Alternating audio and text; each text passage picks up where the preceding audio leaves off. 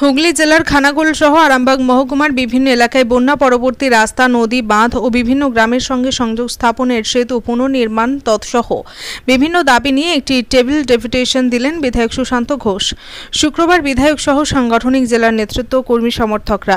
সেই কারণেই শুক্রবার আরামবাগ মহকুমা শাসককে একটি ডেপুটেশন দিলেন খানাকুল বিধায়ক সুশান্ত ঘোষ ও গোঘাট বিধায়ক বিশ্বনাথ কারক সহ বিভিন্ন পঞ্চায়েতের প্রধান, উপপ্রধান সহ কর্মী সমর্থকরা।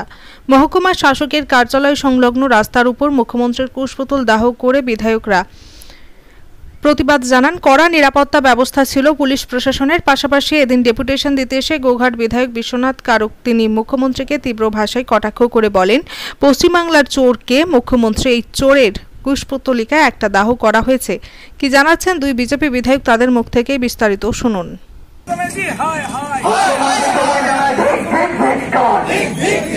মুখ্যমন্ত্রী তোমার জানায় প্রতিবাদ চাকরিবাসীকে বাতিল করা হলো করে মমতা খানাকুলে উন্নয়নের স্বার্থে বিধায়ক খানাকুলে নদী মাতৃক এলাকা থাকা সত্ত্বেও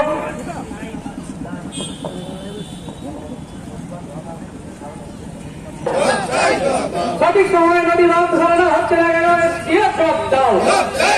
এই সুযোগ চাওয়ার দাবিতে আজকে এই ডেপুটেশনের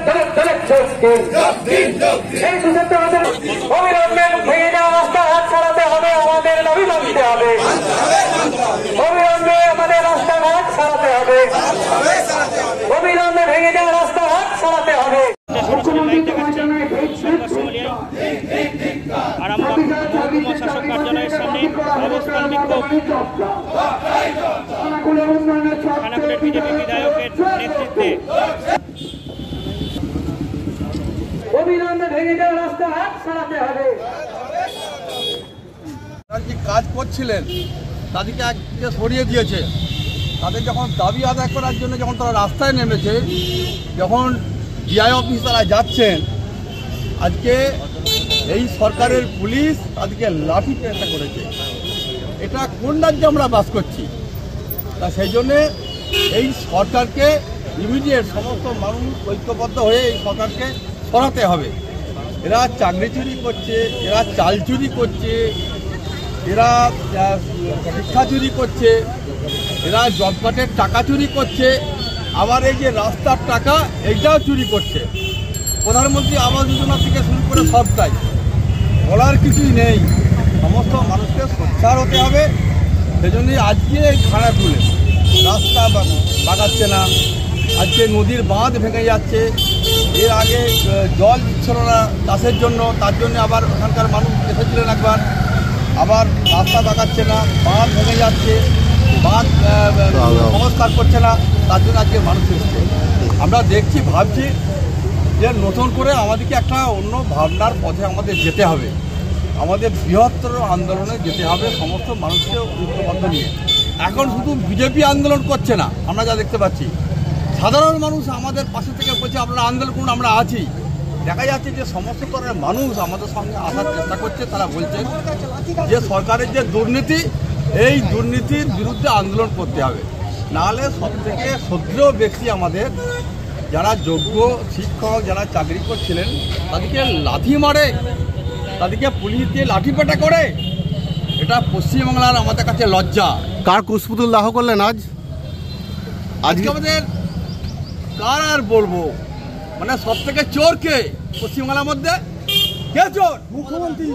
মুখ্যমন্ত্রী মমতা বন্দ্যোপাধ্যায়। সেই চোরের কুশপুতলিকা এখানে দাহ করা হয়েছে, এছাড়া আর কি আছে? খানাকুলে প্রতি বছর বন্যা হয়, এটা সবাই জানে, কিন্তু বন্যার পর দ্রুত এই নদী বাঁধ যেগুলো ভেঙে যায় সেগুলো মেরামত করা হয়। প্রতি বছর এটা হয়। তো এই বছরও বন্যা হয়েছে, এখনো পর্যন্ত সব জায়গায় নদী বাঁধগুলো ভাঙা অবস্থা রয়েছে, কোথাও ছাড়ানো হচ্ছে না। বারবার আমরা দাবি রাখছি, ডিএম যাচ্ছে, এসডিও যাচ্ছে, আমি নিজে বিধানসভায় বলেছি, নিজে মন্ত্রীকে চিঠি দিয়েছি, একটা কাজও করা হচ্ছে না। শুধু হ্যাঁ হবে এই আশ্বাসটাই পাওয়া যাচ্ছে। কবে হবে? সামনে বর্ষা শুরু হয়ে যাবে, এই বর্ষার সময়েও এখনো কেন কাজ হবে না? বারবার এর আগেও আমরা এসডিও কে ডেপুটেশন দিয়েছি, তখন কাজ হয়নি। এর আগেও আমরা ডিএম কে জানিয়েছি, কাজ হয়নি। বারবার জানাচ্ছি। সেই সঙ্গে খানাকুলে আপনারা দেখুন ছোটখাটো যে রাস্তাগুলো রয়েছে, প্রধানমন্ত্রী সড়ক যোজনার রাস্তাগুলো যেগুলো দ্রুত মেরামত করার কথা, স্পেশাল রিপেয়ারের জন্য সরকার থেকে টাকা বরাদ্দ করা হয়েছে, কিন্তু ইঞ্জিনিয়ার সহ কিছু আধিকারিক এই টাকা লুট করছে, কাজ করছে না কোথাও। সব জায়গাতেই কোনো রকমে অল্প পরিমাণ মালপত্র দিয়ে সেটা সারানো হচ্ছে, মানে থুতু দিয়ে ছাতু গোলার মতন এরকম অবস্থা হচ্ছে। কোথাও ভালো করে সারানো হয়নি, যাচ্ছে তাই ভাবে কাজ হচ্ছে। আমরা বারবার প্রশাসনকে জানিয়েও কাজ হচ্ছে না, একদম প্রশাসনের ওপর থেকে নিচে পর্যন্ত সব কটা চড়ে ভর্তি হয়ে গেছে। এদেরকে বারবার বলেও কাজ হচ্ছে না। কেন হবে? কেন মানুষ যেতে পারবে না? স্কুলের ছাত্রছাত্রীরা স্কুলে যেতে পারছে না, টোটো অটো উল্টে যাচ্ছে। প্রত্যেকটা রাস্তা খারাপ হয়ে গেছে বন্যায়, একটা রাস্তাও সারানো হয়নি। কেন হবে এটা? কিসের জন্য হবে? মুখ্যমন্ত্রী মমতা ব্যানার্জি প্রতি বন্যার সময় আসেন, এক হাঁটু জলে পা ডুবিয়ে চলে যান। এখনো পর্যন্ত বন্যায় যে রিলিফের মালপত্র দেওয়া হয়েছে তার টাকা পর্যন্ত দেয়নি। বিডিও অফিসে বাকি রয়েছে প্রায় 50 লক্ষ টাকা, সরকার দেয়নি। কিনেছিল বিডিও অফিস থেকে, কিনেছিল আমাদের খানাকুল 2 নম্বর বিডিও অফিস থেকে, সেটা পর্যন্ত দেওয়া হয়নি। কিসের জন্য হবে না এগুলো? কেন এরকম ভাবে ওই খানাকুলকে বারবার ডোবানোর চক্রান্ত চলবে? খানাকুলের মানুষ কি মানুষ নয়? খানাকুলটা কি পশ্চিমবঙ্গের বাইরে? এটা কি বোঝাতে চাইছে মমতা ব্যানার্জি? আজকে আমরা ধিক্কার জানাতে এসেছি। যদি কাজ না হয় আগামী দিনে আমরা বৃহত্তর আন্দোলন। পুষ্পতুল দাহ করলেন কেন? দেখুন, কাজ হয়নি, কি হবে এই সরকারকে রেখে? এই মমতা প্রশাসনকে আমরা ধিক্কার জানাচ্ছি। বিধানসভায় জানিয়ে কাজ হচ্ছে না, ডিএম কে জানিয়ে কাজ হচ্ছে না, এসডিও কে জানিয়ে কাজ হচ্ছে না, হবে এটা কোথায়?